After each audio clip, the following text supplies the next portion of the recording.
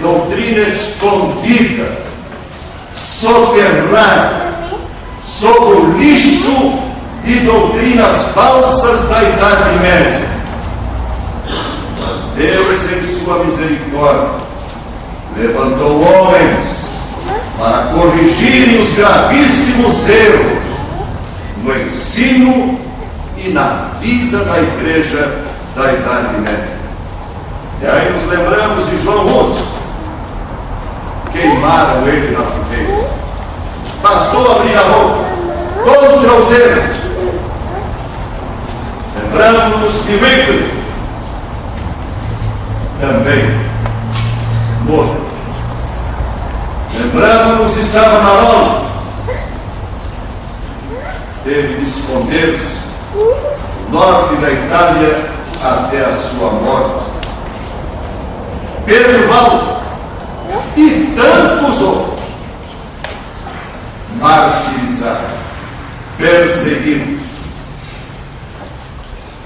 Surge Martinho Lutero, um monge da ordem dos Agostinhos, professor universitário, professor de teologia, que redescobre o Evangelho, enterrado nas trevas da Idade Média. Foi excomungado pela igreja,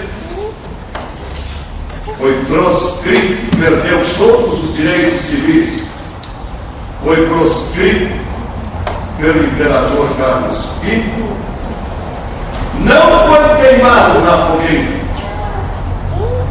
e Deus assim pôde usá-lo para reacender o fogo do Evangelho, da boa nova do amor de Deus em sua igreja.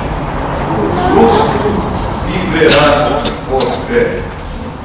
O justo será salvo pela fé. A luta de Lutero foi uma luta religiosa, teológica, espiritual, doutrinária. Foi pelo retorno da igreja que tanto amava ao fundamento do Evangelho. Felipe Melanchthon, grande amigo e colaborador de Lutero, escreveu: queremos dar graças a Deus, o Pai de nosso Senhor Jesus Cristo, o qual, pela obra de Martinho Lutero, eliminou novamente as impurezas e o veneno das fontes do Evangelho, devolvendo à igreja a doutrina em toda a sua pureza. Mas os falsos profetas continuam. A reforma é uma luta diária. É preciso atenção, é preciso discernimento, é preciso vigilância, mesmo dentro da igreja cristã, mesmo dentro de nossa igreja luterana. É preciso olhos abertos. É preciso enxergar a pregação e a vida da igreja à luz do Evangelho e ter o discernimento, clareza. O que é joio, o que é trigo, o que é verdade, o que é falso, o que vem de Deus e o que não vem de Deus. A reforma é uma luta constante, é erguer bem alto a bandeira do Evangelho num contexto de apostasia, de ensinos e demônios, de vãs filosofias e de sutilezas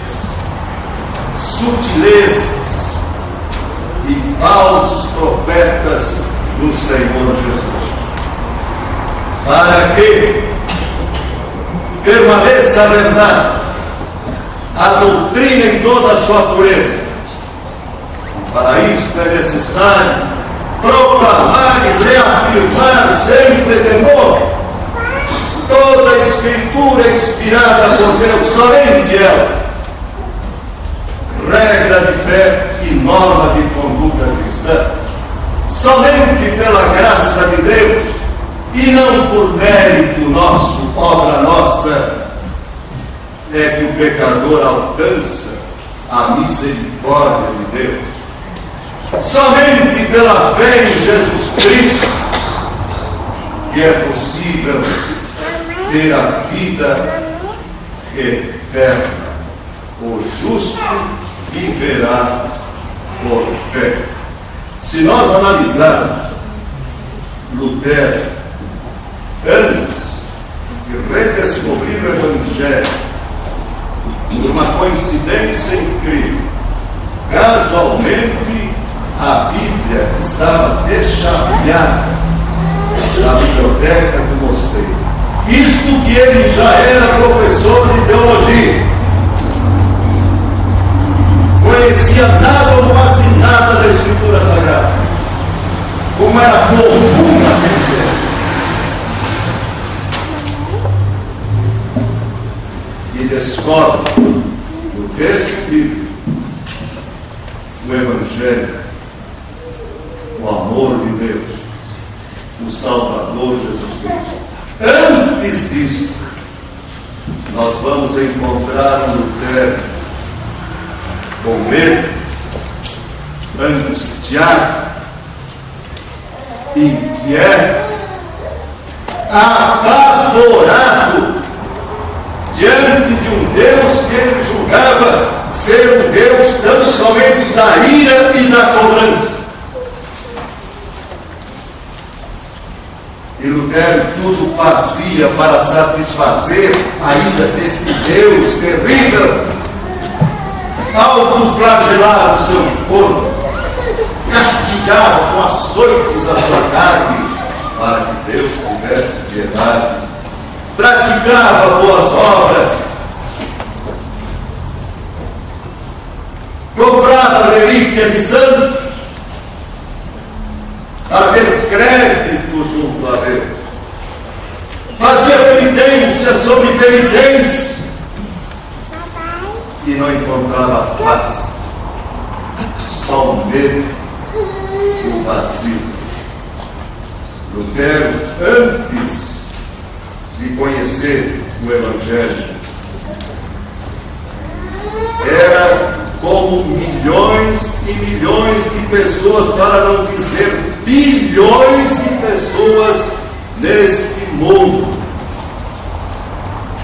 que estão aí vazias, sem rumo, perdidas, diante ou de um Deus desconhecido, ou diante de um Deus que elas julgam